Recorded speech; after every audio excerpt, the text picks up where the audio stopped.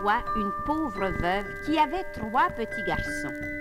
On était à la veille de Noël et les enfants décidèrent d'aller dans la forêt pour se chercher un sapin. Hélas, malgré toutes leurs recherches, les enfants découvrirent aucun sapin.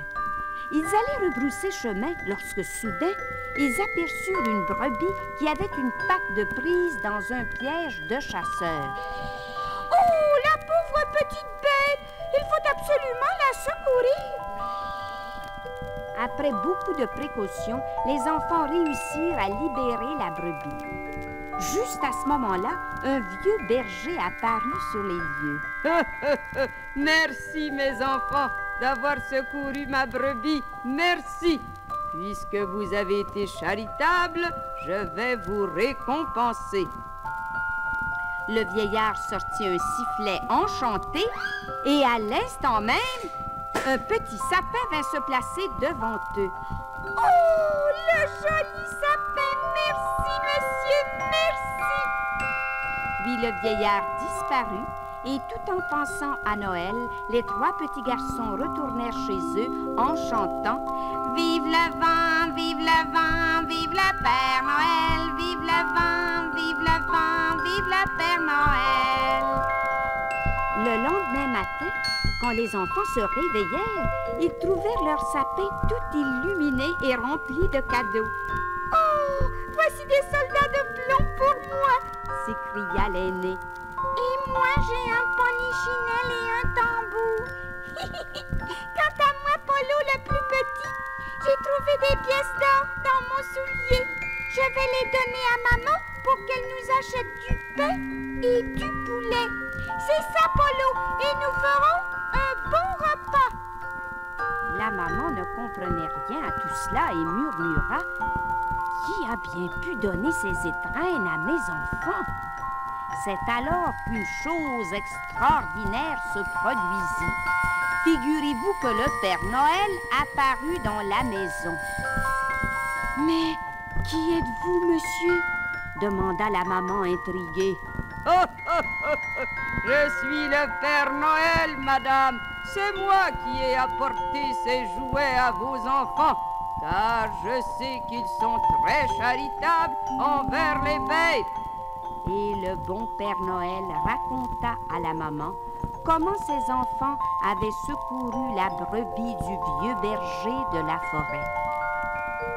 Puis notre vieil ami agita ses clochettes d'argent et s'en alla en disant « Joyeux Noël à tous! Joyeux Noël! »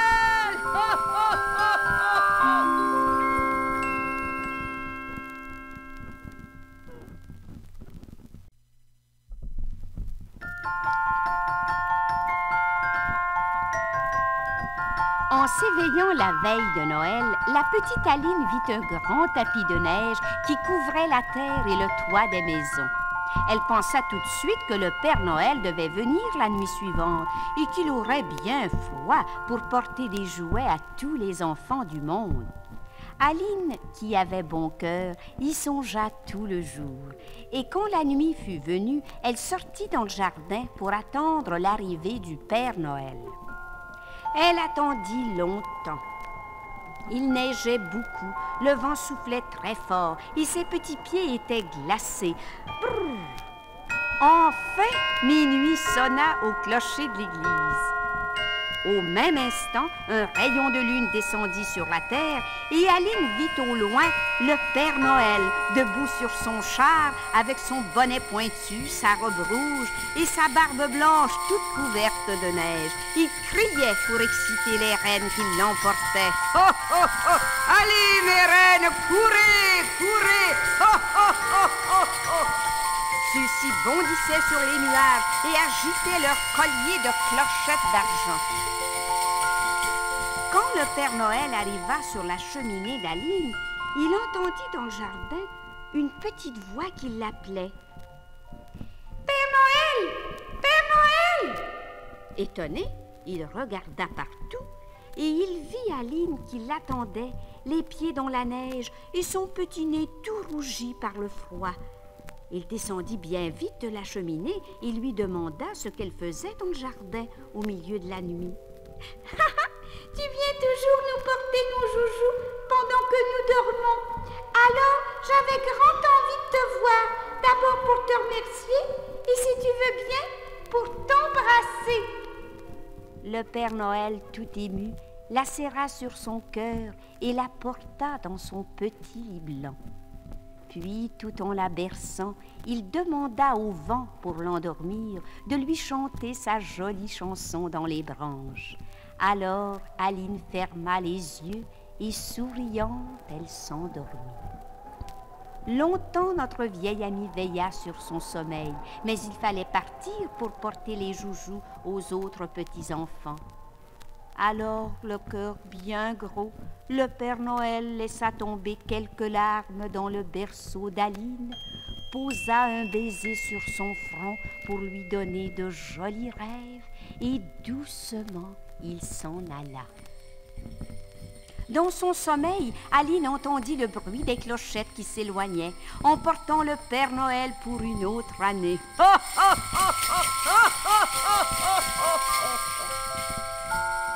Le lendemain matin, lorsque la petite Aline s'éveilla, le soleil inondait sa chambre. Dans la cheminée, un grand arbre tout illuminé était rempli des plus beaux joujoux du monde. Le vent chantait toujours sa jolie chanson dans les branches et Aline avait autour du cou un superbe collier de perles qui était fait de toutes les larmes que le Père Noël avait versées pour elle.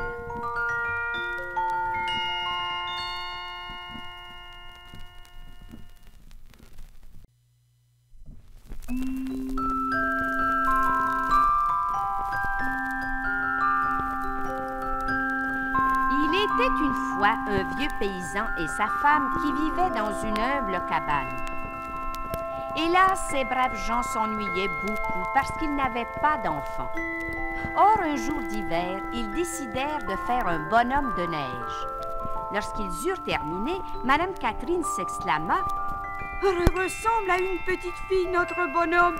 Mais c'est bien trop vrai, ma femme. Oh, que j'aimerais qu'elle soit vivante, cet enfant. » À peine ces mots furent-ils prononcés que la petite fille se mit à parler. Je m'appelle Frima et je vous salue, mes amis. Mais elle est vivante, Baptiste, vivante. Oh, oh, oh, mais oui, ma femme. Pendant tout l'hiver, la petite fille de neige égaya nos vieux paysans et elle chantait « Je suis la petite fille de neige, je glisse donc je patine.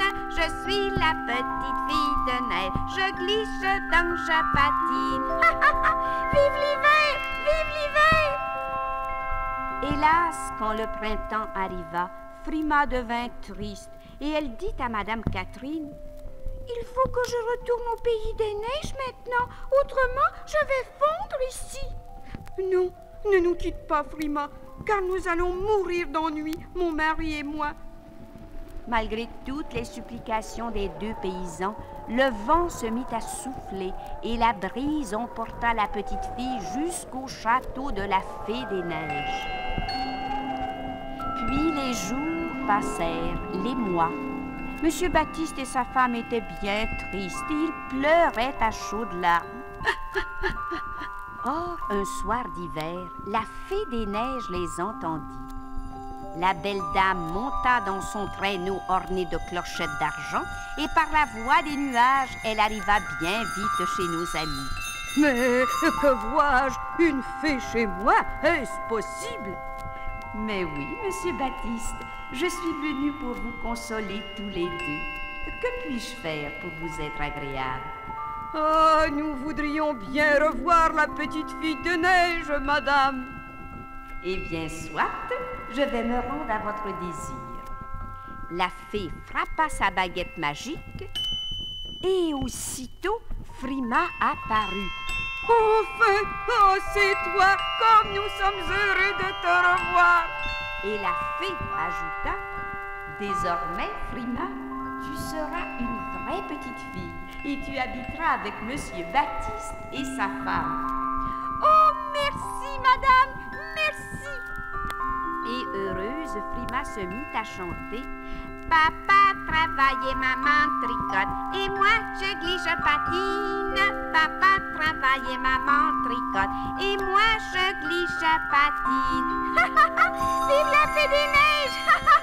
Vive la fée des neiges!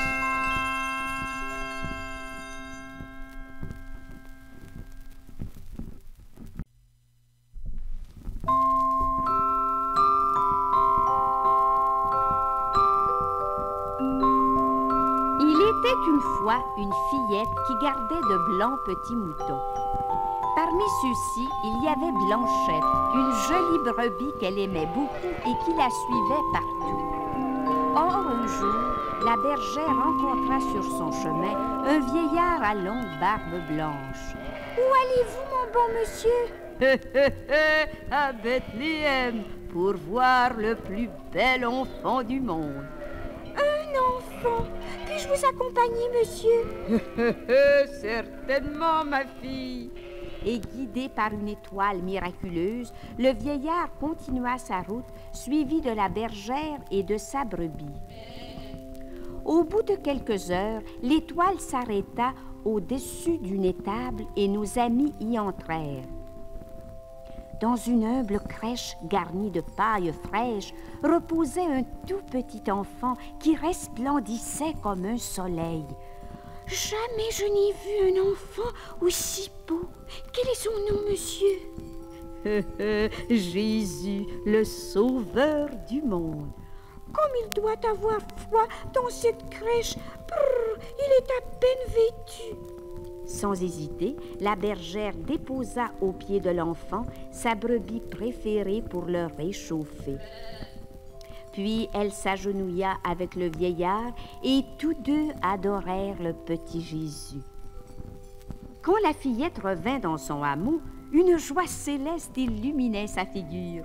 Surpris, ses amis lui demandèrent « Mais d'où viens-tu, bergère? D'où viens-tu? » « De Bethléem, où j'ai vu un tout petit enfant couché dans une crèche. »« Rien de plus, bergère, rien de plus. » Oui, Marie, sa mère, et Joseph, son père, le regardaient bien tendrement. « Et quoi encore, bergère, quoi encore? » Le bœuf et l'âne réchauffaient l'enfant avec leur haleine, et des anges descendus du ciel chantaient les louanges du Seigneur. « Mais c'est le sauveur du monde que tu as vu, bergère. Laissons là tous nos troupeaux et allons l'adorer. » Et guidés par l'étoile, les bergers s'en allèrent à Bethléem. Quand la bergère rejoignit son troupeau, elle fut bien surprise de voir que ses moutons s'étaient multipliés. Elle en avait 100, 200, 300. Mais qui a bien pu me faire ce cadeau? Et un ange lui répondit, « C'est l'enfant Jésus. » Comme il est bon, le petit Jésus. Je l'aimerai toute ma vie.